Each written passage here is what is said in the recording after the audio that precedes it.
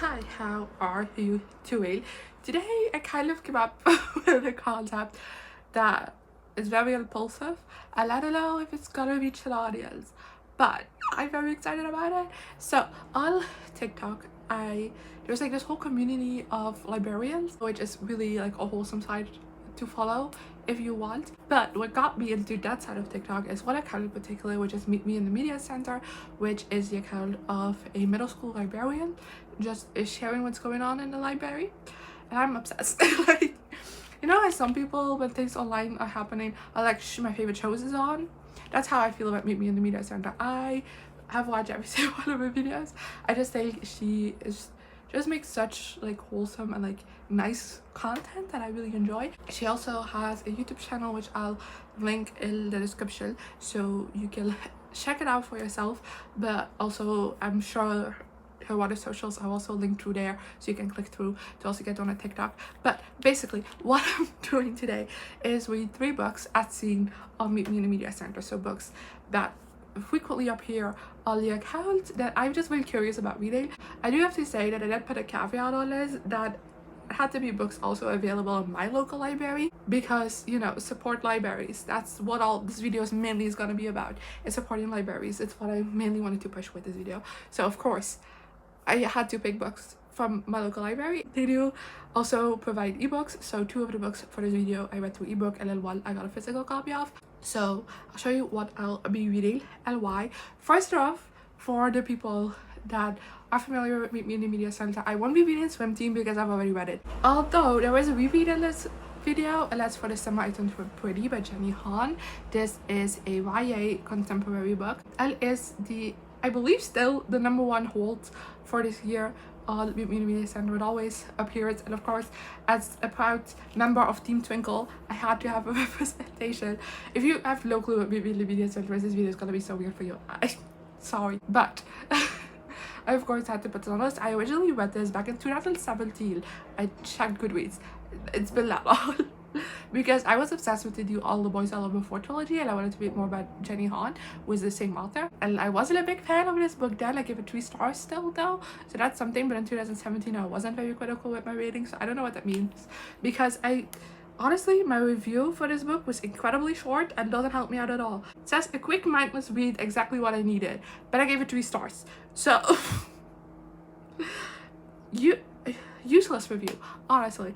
But because of the hype surrounding the TV show adaptation, I have always been curious to kind of go back to this book and see what I think of it now, and then also watch the show. And I believe the final season is coming out really soon, so of course reading the books now would be great preparation for that. So, and of course also with this whole video concept, this fits perfectly, so I had to include it. And then also, an author I especially had to include is Gratz. He is a middle grade historical fiction writer, from what I can see, and his books are very popular in the Meet Me in this Media Center library. I had never heard of his books, so have passed the middle grade age for a really long time, so that makes sense. But I thought it would be fun to read one of his books, and I decided to go for Ground Zero, which is about 9/11. And I picked this book because recently, actually when I came up with this video idea, because it has been a little bit, we were in the middle of the big Battle of the Books unboxing, in which Ground Zero appeared a lot because it's one of the Battle of the books, I believe for middle school as well, so that makes it a perfect fit. And because I saw the book a billion times in a couple of unboxings, I of course had to pick it out of all the Gratz for this video. And then finally, I of course had to go with a graphic novel as well, because graphic novels are very popular, and I decided to go with Smile by Raina Telgemeier, because Raina Telgemeier is an author that appears a lot, and especially because I didn't realize this before, but she also is the person behind the Babysitter's Club, the graphic novels, so that makes her appear even more than just her own stories. I didn't know that. I noticed that because it says from the artist behind the Babysitter's Club. That's the tagline of this book, and that's how I realized that that's the same person as well. So that makes, you know, that makes her a very, very frequent appearer on Meet Me in the Media Center. But this is the only Raina Telgemeier, sadly enough, that my library had, so it's the only one I could pick. But I'm still very excited to read it because it has appeared through the book return game a lot, so I'm sure it's gonna be a good one. And yeah, those are the 3 books I will be reading that I saw on Meet Me in the Media Center. And yeah, just get into the vlog because this intro has been long enough.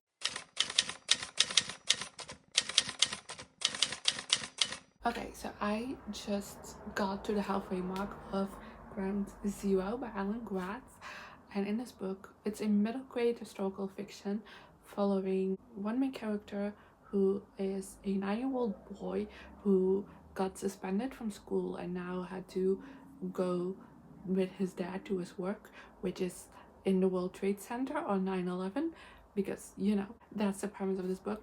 And then in the other main character we follow is a 11-year-old girl in 2019 in Afghanistan, like right in the middle of the war between America and the Taliban. And honestly, I get that why Alan Gratz is such a popular author. Like, this book has completely has me gripped. Like, I cannot put it down. I had a hard time putting it down for this update. It is such a fast-paced read, such a harrowing read as well. I feel like, of course, everything is age appropriate that is discussed is on, you know, the level of the characters of the people reading this book and the target audience for it. But it's very harrowing. It doesn't shy away from talking about like the horrifics of anything going on, of both the war and the 2019 storyline, but as well as just like the survival of being in the World Trade Center on 9/11. And I really like how that's done, and I totally get why Alan Gratz is such a popular author, because his writing is like really good. I also quite like both storylines. I think they're very interesting. I have learned a few things because I was born 2 months after 9/11. It was a fun day for my mom who was on bed rest. But so, you know, I didn't experience it, so I do think it's interesting to. I also learn a lot from that storyline, not just the one set in Afghanistan. I also am learning a lot through that, and I'm assuming most people, like most kids reading this book, also were in a life for 9/11, you know, and I don't know like a lot about it, how it was in the moment, and it's a very interesting read because of that as well, alongside the like present day storyline, because it was written in 2020, so 2019 is basically the present day storyline. There's a lot to be learned in there as well, based on like history of Afghanistan, but also just like culture stuff that I think is interesting. I think I like about that storyline is that our main character's brother wants to join Taliban, so I feel like it also does a good job in kind of showing how kids in war-ridden countries can be radicalized to want to join like the war effort themselves, and it's very very disturbing to read sometimes, like his thought process. Like, it makes sense if you are like, you know, if you follow his reasoning, it does kind of make sense, but it's also kind of like very like harrowing and like kind of vile to sometimes read his thought process and be like, oh, you're 11 years old and you want to inflict this much damage. That is so disturbing, but I think it's done in a way that's very well written. My only problem with this book so far is that it just feels like 2 books that randomly got smushed together. Like, yes, of course they have the team, technically the teams do match because one is kind of like a consequence of the other, if that makes sense, but I feel like they're very very different stories, and it's kind of weird. It's always jarring when you switch perspectives each chapter because they just feel so incredibly different, and at this point I don't fully get why it was decided that they had to be in the same book, because it doesn't really feel like one story, if that makes sense. It's like you can have 2 timelines going on and it's still feeling like one story. That's not what this book is doing. It feels like 2 very different things that just got put together because they're like slightly related. So I'm hoping that maybe that comes together a little bit more by the end, but right now it just, that is kind of bothering me a little bit. But I don't know, I'm not gonna say I'm having a good time because this book deals with too many fucked up things to say that, but it's a good read. Okay, so I finished Ground Zero, and honestly my mom complained that the 2 storylines felt too disconnected. Got resolved. I was right. It'll take that maybe as the book continued it would like not intermerge more, because obviously there was like almost 20 years between them, but you know, it would feel more connected, and that definitely happened. And honestly, the way they're connected, it took me way too long to figure out that was what was going on. Like, I'm a little bit embarrassed about that, but I ended up giving this book 4 stars. I thought it was great. I flew through it, and I already talked about how I thought it did a great job at staying on kind of like the level that is appropriate for this target demographic, while also not shying away from showing kind of like the horrific list of it all. And not just the story overall was very captivating. I really liked the two leads and I really felt for them as the story continued. Like in this book's to the climax, I definitely teared up a little because I just was pretty invested. I flew through it. I do have to say that kind of my only complaint now is that there are some moments where like characters say something and that's like very obvious, just like the message the author is trying to get across, or you know what I mean, just the overall like message of it. I feel like there's some preachy moments in here where it very much feels like, oh, this is the author being like, oh, this is something I want to be sure I said, and it isn't always as well integrated into the actual story or the dialogue, and like can feel a bit jarring while reading, especially because I feel like when it comes to the 2001 storyline, I feel like a lot of those obviously come from a post 9/11 perspective instead of a during 9/11 perspective, if that makes any sense. So that bothered me a little bit, but overall I thought this was a great middle grade, and I definitely understand why this author is so popular, because I feel like I definitely would have eaten up his stories as a kid as well, because they're just really readable, you look very informative, and just good, well written. And honestly, at the end of his book, there was like a couple of like ads for like some of his other books, and I read all of these synopses. Maybe I might read another one, I don't know, but like in the future, not for this video, because generally the writing was good and it interested me enough. So we'll see.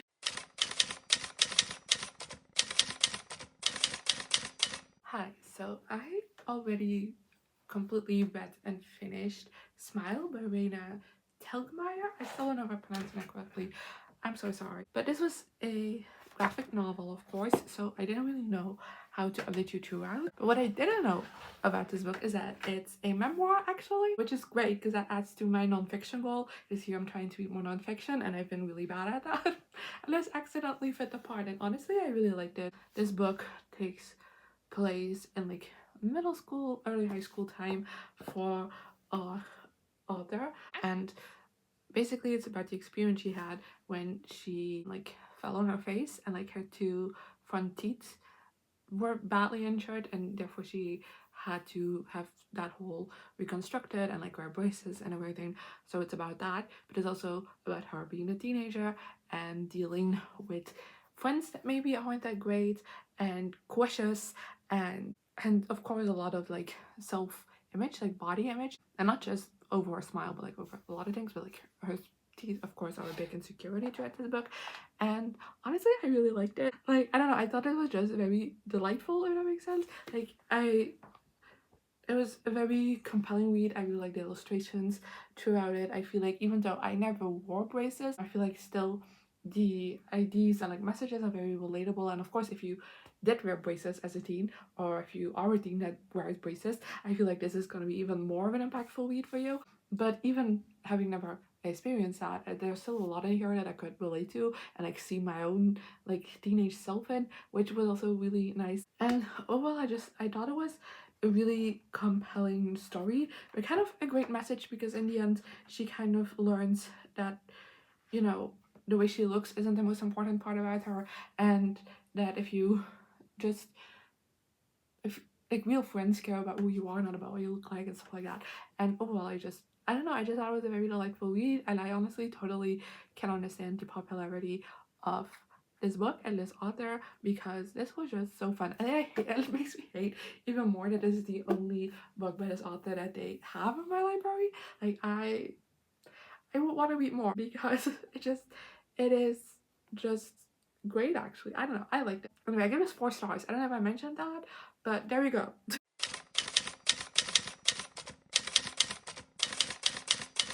I'm halfway through the simulated pretty, and I already immediately get why I didn't like it the first time around, because no offense, Belly is insufferable. If you don't know, the summer turned pretty follows this girl whose name is Isabel, but everyone calls her Belly, which is so ridiculous, but it's fine. And she and her mom always Like she and mom and a brother, she also has a brother, always spend the summer at this beach house with her mother's best friend and like her two sons. So they always spent the summer together.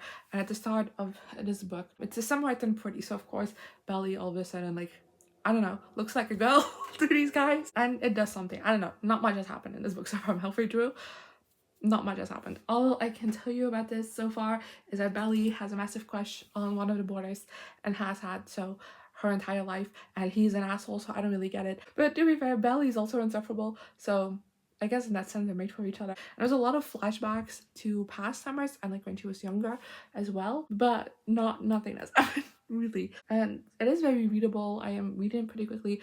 Like I said, I think Belly's insufferable. I should probably go more in depth about that. I just think she's very self-centered. Like when this is so stupid, but she, like, all of the kids have their own bathroom. Their own bathroom, but she has to share the bathroom with the two sons of her mother's best friend. And there is this thing where she mentions that she kind of hates it because the guys always leave the toilet seat up, and she says that's a reminder that I'm not one of them,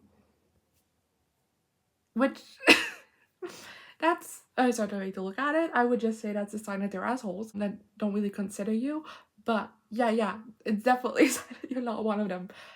That's like such a self-centered way to look at things, and there's a lot of things like that where they will hang out without her and she's like, oh my god, they secretly hate me. I'm like, no, nobody cares. You were just doing something else and they just left. It's not that deep, girl.